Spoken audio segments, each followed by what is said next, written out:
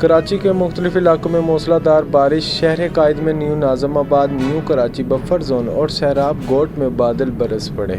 بارش ہونے سے موسم خوشگوار، گرمی کی شدت میں کمی۔ محکمہ موسمیات نے آج اور کل کراچی میں مزید بارشوں کی پیشن گوئی کی ہے۔ بادل برستے ہی کراچی کے مختلف علاقوں میں بجلی بند ہو گئی۔ کراچی میں بارش کی پیشن گوئی کے باوجود برساتی نالے اب بھی کچرے سے بھرے ہیں۔ صدر، گجر نالہ، محمود آباد اور شیر شاہ سمیت 41 برساتی نالے شامل۔ چھوٹے بڑے نالوں میں صفائی تحال نہ ہو سکی۔ تیز بارشوں کی صورت میں آبادیاں زیر آب آنے کے خدشات۔ حکام کے مطابق نالوں پر تجاوزات اور کچرا پھینکے جانے کے باعث صفائی میں مشکلات۔ مریم نواز نے کہا کہ تیل $1 بھی سستا ہوا تو عوام کو ریلیف دیں گے۔ عمران خان نے پاکستان کو IMF کے پاس گروی رکھا۔ ملک دیوالیہ ہونے کا خطرہ نہ ہوتا تو قیمتیں نہ بڑھاتے۔ انہوں نے مزید کہا کہ گو نیازی گو ہو چکا، اب روتا ہے نیوٹرلز کو کہتا ہے دوبارہ اقتدار دو۔ انہوں نے لاہور میں جلسہ کرتے ہوئے کہا کہ پنکی پیرنی کہتی ہیں کہ سوشل میڈیا پر غداری کے ٹرینڈ چلاؤ۔ عمران خان کے سوتیلے بچے اور فرح گوگی ارب پتی ہو گئی۔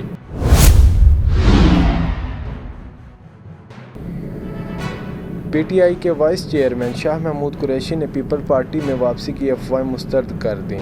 ملتان میں زین قریشی کی انتخابی مہم کے سلسلے میں اجتماع سے خطاب کرتے ہوئے کہا کہ پیپل پارٹی میں ان کی جوتی شمولیت کی اختیار کرے گی۔ وہ پورے خاندان سمیت تحریک انصاف کے ساتھ رہیں گے۔ انہوں نے مزید کہا کہ نون لیگ عرصے سے کردار کشی اور خواتین پر کچرا اچھال رہی ہے۔ ضمنی انتخابات کو حکومت نے عناق کا مسئلہ بنا رکھا ہے۔ وزیر دفاع خواجہ آصف نے دعویٰ کیا ہے کہ تحریک انصاف نے ڈونلڈ لو سے معافی مانگ لی۔ کہا کہ اسسٹنٹ سیکرٹری آف اسٹیٹ سے PTI کی معافی کے شواہد مل چکے ہیں۔ انہوں نے مزید کہا کہ پاکستان میں امریکہ کے خلاف نعرے لگانے والا آج اسی کے پیر پکڑ رہا ہے۔ عمران خان نے امریکہ کو پیغام دیا، ان سے غلطی ہو گئی۔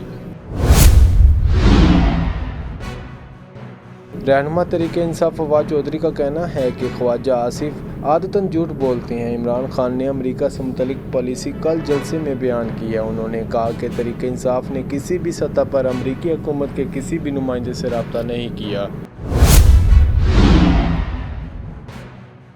حکومت کا کرپشن کیسز میں فرح گوگی کے ریڈ وارنٹ جاری کرنے کا اعلان۔ صوبائی وزیر عطا تارڑ نے کہا کہ عمران خان ملکی تاریخ کا سب سے بڑا چور ہے۔ عطا تارڑ نے کہا کہ بشرا بی بی بنی گالہ میں بیٹھ کر ڈیلز کرتی رہیں۔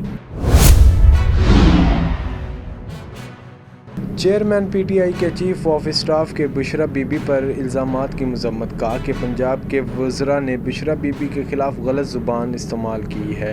نون لیگ والے زبان سے بوٹ پالش کرنے لگے ہیں۔ بجلی کا بحران برقرار، شارٹ فال 8000 ہو گیا۔ لوڈ شیڈنگ 15 گھنٹوں تک چلی گئی، بجلی کا کاروبار ٹھپ ہو گیا۔ عوام عید پر بھی بجلی کی بندش سے ہوں گے خوار، خرم دستگیر نے کر دیا خبردار۔